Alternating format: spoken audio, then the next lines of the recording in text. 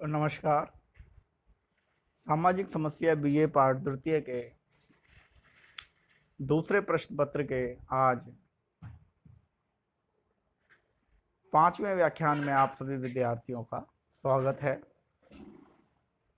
PPT में थोड़ा ये आप करेक्शन कर लेंगे। यहाँ भाग 4 शो हो रहा है या दिखाई दे रहा है, लेकिन ये भाग 5 है। इससे पूर्व के व्याख्यानों में हम अपराध के 2 सैद्धांतिक उपागमों पे चर्चा कर चुके थे, शास्त्रीय उपागम और जैविकीय उपागम। आज उसके आगे हम अपराध का जो तीसरा उपागम है, जिसे हम भौगोलिक उपागम भी कहते हैं, की चर्चा करेंगे। यह उपागम अपराध की व्याख्या भौगोलिक कारकों, जिनमें जलवायु, तापमान, आर्द्रता के आधार पर करता है, और इस उपागम के जो समर्थक हैं उनमें क्वेटलेट और मॉन्टेस्क्यू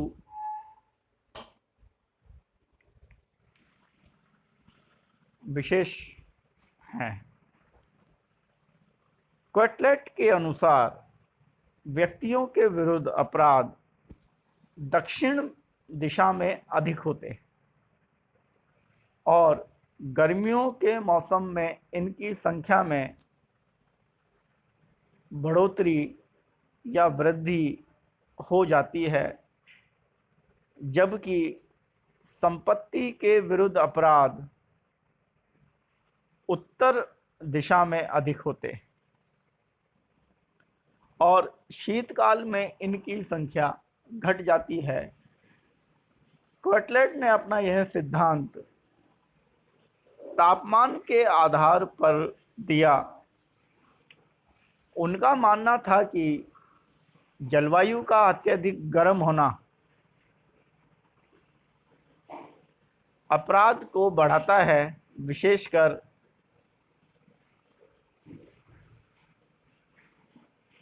हिंसक अपराधों को, जबकि जलवायु का ठंडा होना भी अपराध को बढ़ाएगा, लेकिन अपराध की जो प्रवृत्ति है वह हिंसक ना होकर संपत्ति जैसी मसलों की हो जाती है। दक्षिण दिशा में जाने पर अपराध की मात्रा बढ़ती है और यह अपराध हिंसक प्रवृत्ति के होते हैं। उत्तर दिशा में जाने पर भी अपराध की संख्या बढ़ती है, परंतु ये अपराध संपत्ति संबंधी होते हैं।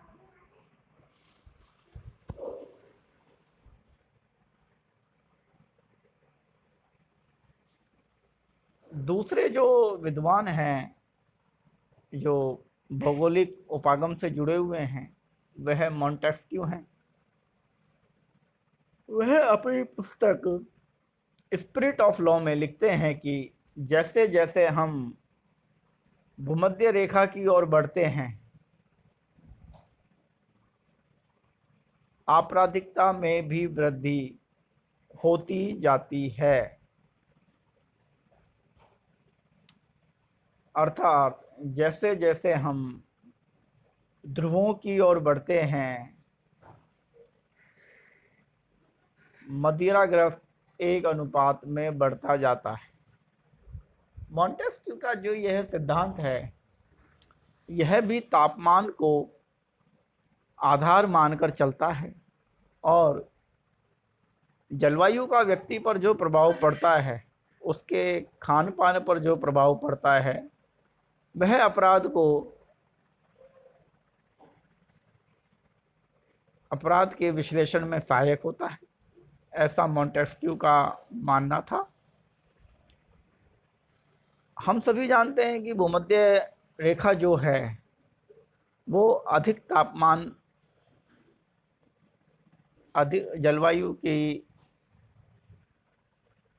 उष्ण कटिबंधीयता को दिखाती है।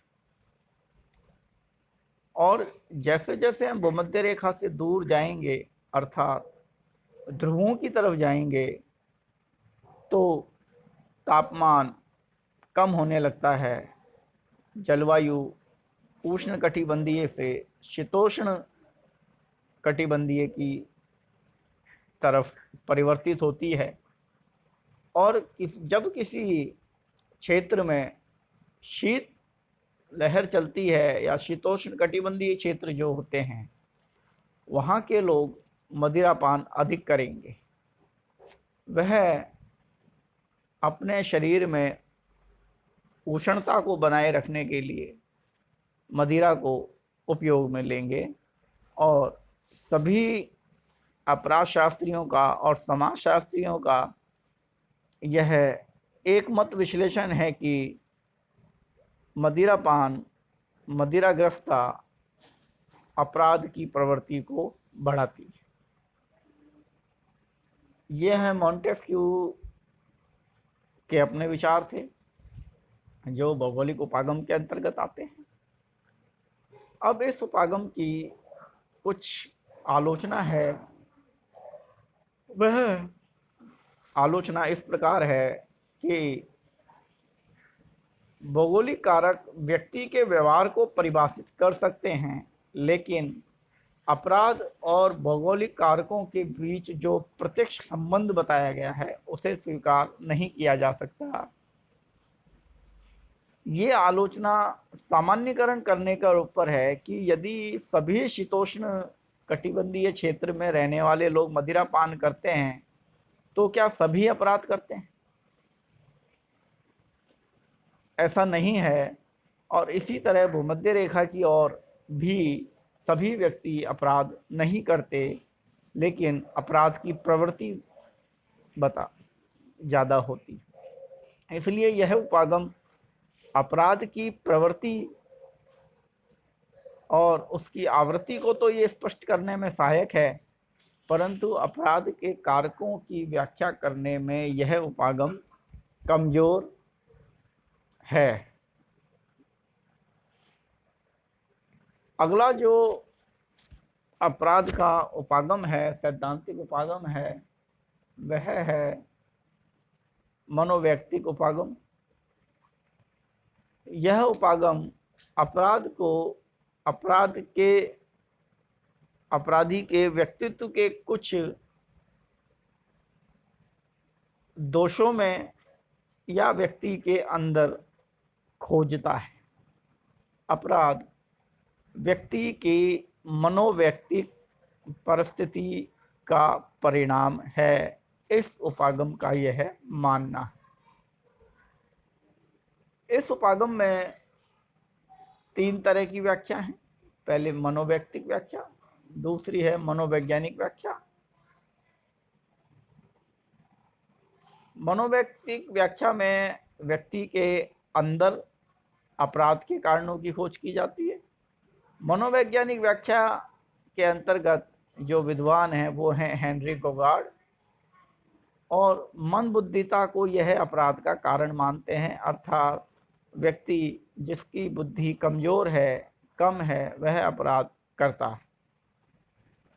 मंदबुद्धिता वंशानुगत होती है और जीवन की घटनाओं से बहुत कम प्रभावित होती है। अर्थात मंदबुद्धिता का सामाजिक वातावरण पर ज़्यादा प्रभाव नहीं पड़ता, ऐसा गोगार्ड मानते हैं।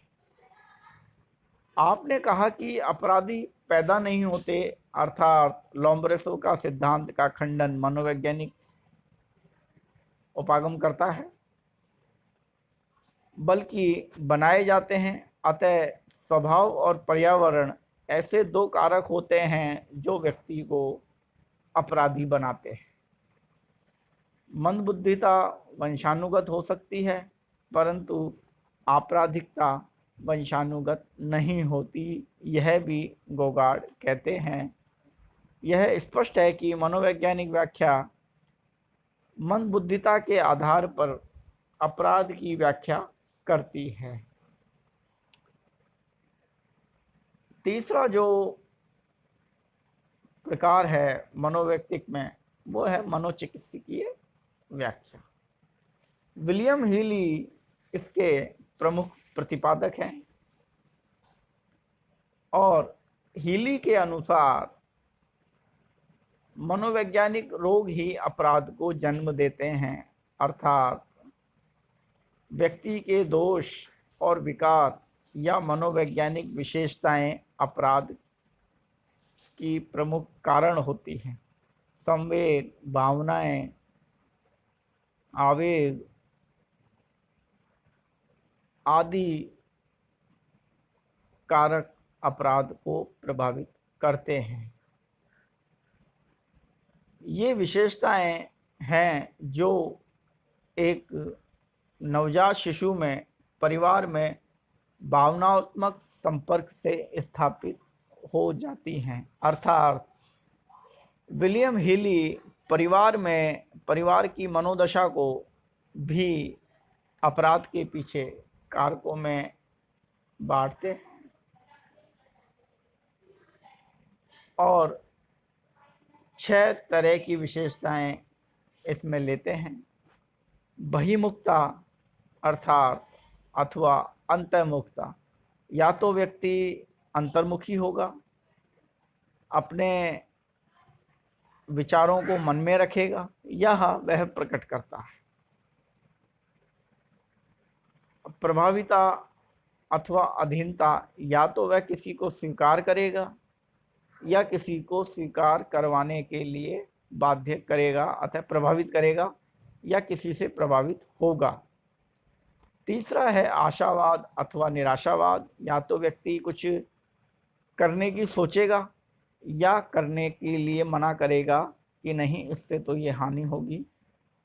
चौथा है भावनात्मक स्वतंत्रता अथवा निर्भरता, व्यक्ति या तो अपनी भावनाओं को स्वतंत्र रूप से स्वीकार करेगा या निर्भर रहेगा भावनाओं के ऊपर।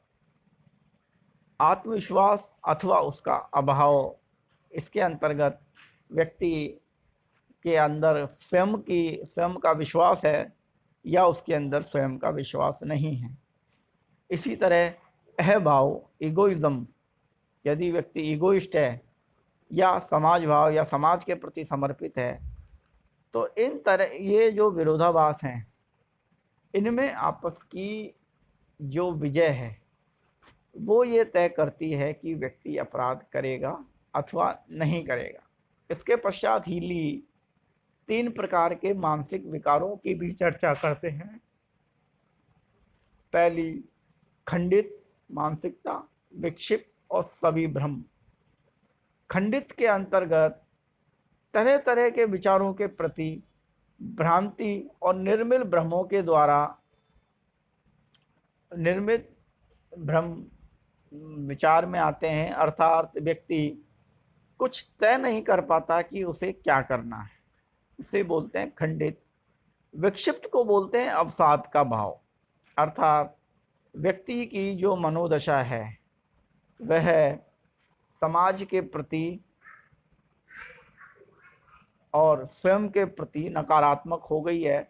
वह स्वयं को अकेला महसूस करता है और अकेलापन के कारण वह अपने को इतना संकुचित कर लेता है कि समाज के मानक मूल्य, प्रतिमान, विश्वास, कानून के प्रति उदासीन हो जाता है या नकारात्मक हो जाता है। तीसरा जो मानसिक विकार है वो है सविभ्रम का। उसे अपने सभी कार्य ऐसा प्रतीत होता है कि वह सही कर, इस मनोदशा को बोलते हैं सविभ्रम।